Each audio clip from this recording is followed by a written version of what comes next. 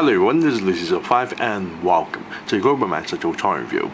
And today so we'll be looking at the 2012 release by Hasbro of the G.I. Joe celebrating the 30th anniversary action figure review. And today's action figure review we'll be looking at the Dreadnok Battle Set Zanya. Now I got this straight from BigBadToyStore.com, as this is the limited edition BigBadToyStore.com's exclusive, as you can see the sticker label down below, for $49.90, which is not bad for the pricing of 7 figures available in this 7-pack here, which is not bad. Now let's take a look at the front portion of the packaging itself. The front portion of the window itself displays the figure Zanya. The left hand there, she is, well, touching the magnum itself. On the right hand, she is gripping the AK-47 rifle. Top section of the packaging itself is the rest of the character's name, and there's Zanya as well. And the back portion of the packaging itself is the rest of the character's file cards, but we are looking at Zanya. Here at the corner we have Zanya's profile card. Top corner here we have the Cobra logo, next to it stating codename Zanya Dreadnok. Name Zanya, bracket, real last name unknown, and bracket. And like the rest of the file card for the Dreadnok 7-pack here, they don't actually have a character artwork for the figure, which is rather lazy for Hasbro, because our previous 7 packs or 5 packs that were released by Hasbro would actually include a character artwork in the profile for the figure itself. So it's quite disappointing to see a Dreadnok logo replacing the character art there. Now, here is stated birthplace Chicago, Illinois, primary weapon rifle, combat gear pistol. Here in the write-up is stated the daughter of Zartan is tough, tenacious, and never gives an inch. That's how she can more than hold her own in the dangerous Dreadnok gang. She stole and panhandled to get by as a child, and learned how to take down opponents twice her size in hand-to-hand combat. She never knew her father until she found her way into the swamps and revealed her identity to him. Now, what's interesting to note is that Zanya never actually appeared in the Marvel's G.I. Joe comics during the 80s and 90s period. She only appeared, yes, she appeared in the IDW's version of G.I. Joe comics. Yes, which is quite nice that Hasbro decided to, well, release a figure based on the IDW comic. Zanya is also quite well requested figure by a lot of G.I. Joe collectors. So without further ado, let's open up this packaging and we'll list the figure. Be right back. And we're back after bringing the figure and the rest of the stuff out from the packaging. Now let's take a look at the figure's accessories, starting off with the base stand. Now Zanya here comes with a nice little base stand here. That's based on the 25th anniversary style, with a nice little Cobra logo in the middle with 2 pegs for the figure to stand on. Nameplate there stated as Zanya. At the back bottom section of the base stand itself stated and 2007 Hasbro made in China. Now Zanya here comes with very limited amount of accessories. She only comes with 2, as expected for a 7-pack made by Hasbro. So the first one would be a magnum, as you can see, made of a silver plastic material color. The handle is painted in black. Now the entire mold here is nothing special. This is the same magnum that you find on Crockmaster in the 25th anniversary of the G.I. Joe figures, or if you prefer, the Pursuit of Cobra of the Jungle Assault Crockmaster as well, or any other figures that actually came along with this magnum. Now the magnum is actually not bad, but there's no gun holster for Zanya here to store the magnum, so she has to actually carry both weapons. Next up we have an AK-47. Now this entire thing is made of a brown plastic material color, as you can see the handle, the stock, and this section of the body of the AK-47 is not actually painted. The black parts is actually painted, which is quite interesting to note that. And the mold is also nothing special. You can actually find this AK-47 mold in the 25th anniversary line. Again, Zanya actually has to hold this. There's no way for her to store this weapon. And that's about it with all the accessories, which is rather limited and very lacking Now let's take a look at the figure's paint job. Now, majority of the parts, as you can see here, half of the parts is actually painted, which is not bad. The head is made of a flesh tone plastic material color, but the hair is painted in green, and the lines and a little bit of shading has been painted a little bit of black as well. Very nicely done with the paint job of the hair, because she has dreadlock hair locks here at the back. Very nice. Eyebrow has been painted in black. The eyes has been painted in white. The pupils has been painted in black. Now she also has green lipstick, which is painted, and if you can see it, just below the bottom section of the lip, she actually has a piercing, which is painted a little bit of silver. Now, this torn shirt that she is wearing is also painted in a very dark gray paint job. Even the strap here is also painted. Now, the buckle here is painted in, you can see there's a bit of bronze, really dull bronze paint job. On the chest here, she has a Dreadnok logo. Very nice. The shoulders are actually made of a flesh tone plastic material color, but the armor part has been painted in a metallic paint job with silver, and very nice.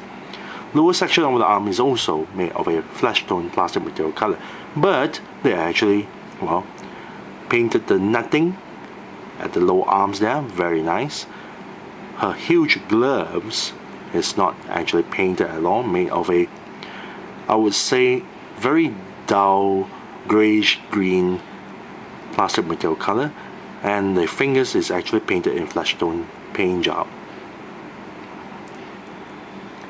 Abdomen area is made of a flesh tone plastic material color, but her crotch area there is painted in really dull green, and the belt is also painted in green as well, very dull green, more towards to brownish green, even the belt buckle as well. Thighs itself is not painted at all, made of a same plastic material color as the crotch area, really dull swamp green there. So does the kneecaps. The lower legs, however, is quite interesting. The entire lower legs, including the boots, is actually made of a black plastic material color. So the lower legs, just below the knees itself, is actually painted in dull swamp green colors, and for the rest of the boots itself, they actually painted this to make it look quite dirty looking, as you can see, more towards to brownish green paint job, really dull brown. Very nice. The paint job for this figure is actually not bad. It's quite nicely done with the details. Metallic armor parts for the shoulder pads there, netting on the lower arms there, green lipstick with green dreadlocks with black linings as well to make it look very nicely done. Also, don't forget the piercing just below her lips. Very nice. I really like the paint job on the boots itself as well. Quite well done with the paint job. And let's not forget at the back portion of the torn shirt, there's the wording there, two words there, for life. Very nice in white font as well. Quite well done. I am quite impressed with the paint job here. Now for the figure's mold, majority of parts is reused, of course, and the only thing that's new is the head mold. So let's take a look at the head mold first. The head mold is absolutely gorgeous as well. You got dreadlocks all tied up. You get this two-piece here protruding out above her head, above the ponytail, tied ponytail area there. Very nice. You got the individual strands of the dreadlocks as well. Very nicely done. I'm gonna pop the head off to show the underneath the dreadlock itself. Very nice. Very well done. Each side of her ears is quite well detailed as well. She has a bit of piercing on her face, not just at the bottom section of her lips. She has a bit of piercing just next to her eyes as well, but you have to look very closely, and I forgot to mention they're also painted in silver. Her facial expression, she is very skinny looking. She looks as if she is quite anorexic for my opinion, because both her side of her cheeks here is quite, well, skinny, but looks very nicely done. She has this very cold look on her face there. Very nice. I really like the head mold. Also, let's not forget she also has a bunch of ear piercing on one side of the ear. Here we have a normal ear mold. On the other side there's a whole bunch of piercing. I'm not too sure if you guys can actually see it. It's quite hard to see because the piercing mold is rather small. As you can see, very tiny molds there. Very quite detailed for the head sculpt. Very nice. I'm quite impressed with the head mold there. As for the rest of the body parts, it's nothing new. The torso, lower abdomen area, the hips itself, and the entire pair of arms is actually belonging to the San Diego Comic-Con exclusive of Zanya. As you can see, they are both exactly the same mold for the arms, torso, and waist area. However, for the lower legs is a bit different. Now for the thighs and the kneecaps itself actually belongs to the 25th anniversary of Lady J. And finally, we have the lower legs and the feet itself actually belongs to the Rise of Cobra cover girl. Yes, cover girl. I don't have the figure to make comparison with because I refuse to get cover girl because, well, the figure is god awful ugly. So yes, the lower legs there and the feet is actually from cover girl. So the combination is actually not bad, and this is what I expect Zanya would be dressing up like. All tattered and torn shirt, armor parts for shoulder pads there, huge gloves. Very nice with the netting paint job. It makes the figure looks just like the comic version. Very well done. It's just that she's a bit skinny. Now let's take a look at the figure's articulation. The head actually can turn 360 degrees despite with the huge dreadlocks ponytail at the back there, and can pivot up and down a little bit, which is quite surprising. Can go side to side as well. Torso of course can turn 360 degrees and pivot forward, back a little bit, and just a little bit to the side as you can see there. Shoulder joints here can turn 360 degrees and lift the arms this high. Elbow joint here can only bend this far, back, and turn 360 degrees. The entire glove is a swivel wrist joint that can turn 360 degrees as well. It's a pity they don't give the 7-pack figures with the new articulation wrist joints. Hip joints here can move forward, back, only this straight, and to the sides. Double jointed knee that only bends this far, which is pretty far actually. And ankle joint that bends down, up, and turn 360 degrees. Despite I really like the figure and the paint job, there is a problem with Zanya.